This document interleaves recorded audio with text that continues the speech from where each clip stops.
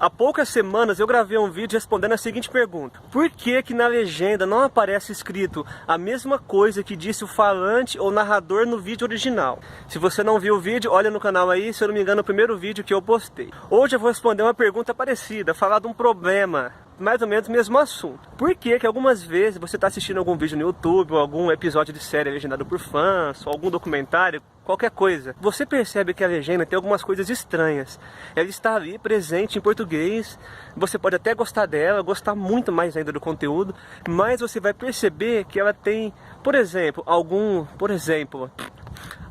anglicismos, a estrutura fica parecida com o inglês. Eu estou usando inglês como exemplo aqui, mas você aplica o ensinamento geral, tradutório, à realidade que você trabalha, com a língua que você mexe, tá? Como o inglês é o que eu mais mexo ultimamente, eu estou usando como exemplo. Então, alguns anglicismos, a estrutura sintática lembra do inglês, como se fosse trocada a palavra inglês pela palavra português.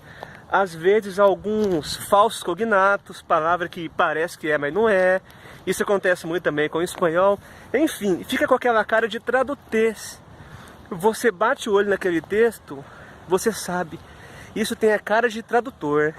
Isso foi inevitavelmente traduzido. Esse é o problema, certo? Primeira coisa, eu preciso mencionar aqui, não vou aprofundar no assunto, mas há muita discussão acadêmica, teorização, isso, aquilo, sobre isso e sobre o fato de, hipoteticamente, eu creio que sim, existir um dialeto, vamos dizer assim, uma terceira língua que seja usada pelos tradutores de determinado par linguístico. Então, se eu traduzo entre inglês e português, inevitavelmente eu vou escrever esse meu produto final nesse tal tradutez. Tradutez é o nome que alguns teóricos dão e eu vou usar aqui nesse vídeo. Mas assim, não tome isso como uma verdade pura e absoluta, indiscutível do mundo teórico da tradução. Porque tem gente que fala X, tem quem fala Y, tem quem discorda só por discordar, tem gente que acrescenta discussão. Eu só leio livros, estudo, compilo algumas coisas aqui e vou aprendendo aqui, ensinando algumas coisas no canal. Isso é o que eu faço. Então é o seguinte, por que? A questão do vídeo é essa, por que que tem o tradutez? Então vamos lá, primeiro motivo, o tradutor não conhece as frases, expressões idiomáticas da língua da qual ele traduz e tampouco conhece as combinações consagradas. O que são isso? Vou te dar exemplo, ó. Primeiro exemplo de frases idiomáticas. Neste caso aqui que vou mostrar, são expressões idiomáticas, uma subcategoria. Veja esse exemplo aí desse episódio de Monty Python, um dos meus seriados favoritos. Enfim, o John Cleese aí, que é o personagem altão, ele comprou um papagaio numa loja, chegou em casa, descobriu que o papagaio estava morto dentro da gaiola e ele volta para trocar. Então esse trecho aqui é ele argumentando que o papagaio está muito morto, está morto demais e ele precisa de um papagaio vivo, papagaio bom, ou dinheiro de volta. Então isso é ele usando várias expressões idiomáticas para dizer a mesma coisa, o papagaio está morto. Veja aí.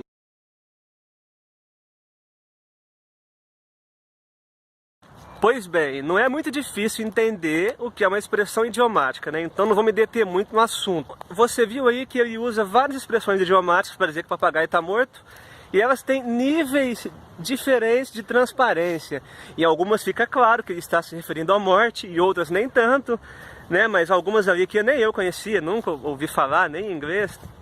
Mas eu fui pegando, até porque eu já sabia que era uma piada, sabia o que ele estava falando, eu fui aprendendo expressões ali.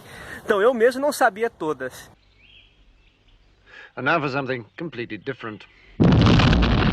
Partindo para a segunda parte, tem um mosquito voando aqui, mano, flutuando.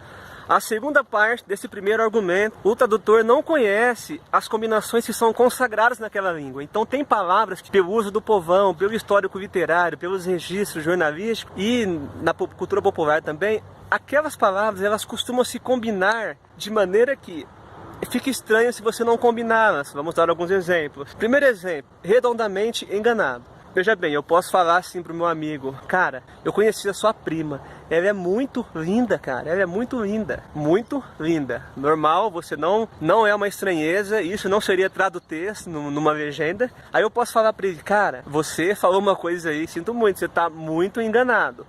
Muito linda, comum, muito enganado, comum. Eu poderia falar por outro lado: cara, você está redondamente enganado. Beleza, também tá certo, você não estranha. E se eu falo: cara, conheci sua prima, ela é redondamente linda? Além de dar uma conotação diferente do que eu queria dar, né? Ele pode entender que eu a chamei de gorda, ela também. E essa combinação, ela não é comum. Você disse que alguém está redondamente enganado, mas você não disse que alguém está redondamente cheiroso ou que uma mulher é redondamente linda. Não se diz. Isso é uma combinação consagrada, entendeu? Então outros exemplos agora, não vou nem explicar muito, ó. Canguru perneta, óbvio ululante, anta patagônica, cama, mesa e banho.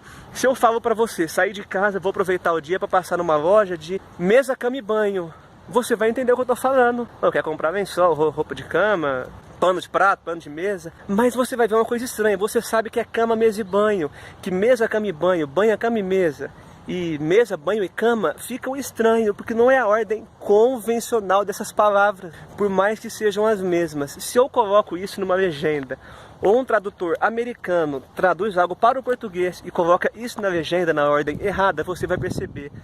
Você vai ver, isso está certo gramaticalmente, mas não é o jeito que a gente diz. A chave é essa. Se você aprender somente essa lição nesse vídeo, eu já ganhei aqui o meu tempo, entendeu? Tudo que eu disse aqui se refere ao jeito de dizer, o que dizer, como dizer e quando dizer.